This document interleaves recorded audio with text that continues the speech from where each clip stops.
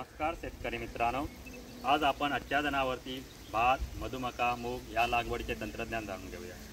तर मित्रांनो, या पद्धतीमध्ये आपल्याला सुरुवातीलाच फक्त जमिनीची मशागत करायची असते, पुन्हा पुन्हा जमिनीची मशागत करायची नसते।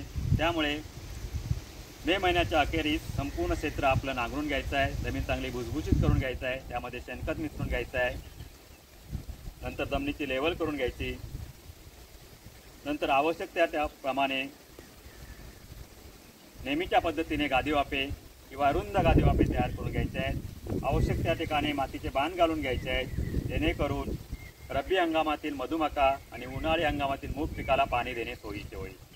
नंतर प्लॅस्टिक आच्छादनच्या स्ट्रीप मिळतात, त्या आपण सिलिंग मशीनने चिकटवून घ्यायच्या आहेत आणि आपल्या क्षेत्राच्या साईजच्या त्या करून घ्यायच्या आहेत। नंतर सिल्वर बाजू वरती करून ते संपूर्ण प्लॅस्टिक आच्छादन आपल्या क्षेत्रावरती पसरून घ्यायचं आहे। नंतर 25 बाय 25 सेंटीमीटरमध्ये मार्किंग करून 1 इंच पाईप गरम करून घ्यायचा आहे आणि त्या 25 बाय 25 सेंटीमीटर अंतरावरती प्लॅस्टिकला होल मारून घ्यायचे आहे। नंतर 4 ते 5 दाणे प्रत्येक होलामध्ये पेरायचे आहेत आणि ते मातीने जागून घ्यायचे आहेत। नंतर ज्यावेळी पाऊस सुरू होईल त्यावेळी ते भात आपोआप रुजून येतं आणि सुरुवातीला त्या छिद्रातून काही गवत रुजून येतं, ते गवत फक्त हाताने आपण काढून टाकायचं आहे।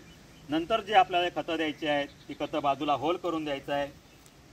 दुसरा हप्ता तिसरा हप्ता ते बाजूचा होल करून त्याच्यातून आपण द्यायचं आहे। नंतर अशा प्रकारे भाताचं पीक होऊन जातं। नंतर भाताचं पीक कापल्यानंतर रब्बी हंगामामध्ये आपल्याला मधुमका हे पीक घ्यायचं आहे।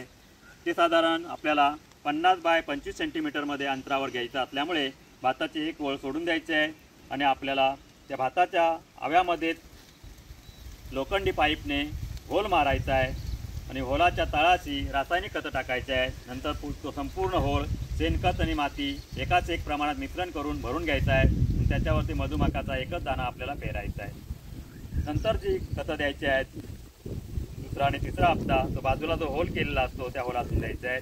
नंतर मधुमकाचे पीक काढल्यानंतर आपल्याला मुगाचे तिसरे पीक घ्यायचं आहे। त्यासाठी भाताचे जेवढे होल होते तेवढ्या संपूर्ण होलमध्ये पाईपने होल मारून घ्यायचा आहे, रासायनिक खतं पुन्हा तळाला टाकायचे आहेत आणि संपूर्ण होल आहे तो मातीने शेणखताच्या मिश्रणाने भरून घ्यायचा आहे आणि मुगाचे 2-2 दाणे प्रत्येक होलमध्ये पेरायचे आहेत।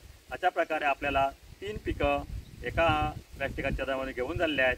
तरीही प्लॅस्टिक स्थिती चांगल्या स्थितीमध्ये राहते आणि 30 मायक्रॉन प्लॅस्टिक आपण इथं वापरलेलं आहे। पण पुढच्या वर्षी पुन्हा भात, मधुमका, मूग अशी 3 पिकं घ्यायची आहेत, म्हणजे एकाच आच्छादनावरती आपण 6 पिकं घेऊन आर्थिक फायदा मिळवू शकतो। तर मित्रांनो, आपणास हा व्हिडिओ आवडल्यास लाईक करा, शेअर करा आणि चॅनलला सबस्क्राईब करा, जेणेकरून माहिती जास्तीत जास्त शेतकऱ्यांपर्यंत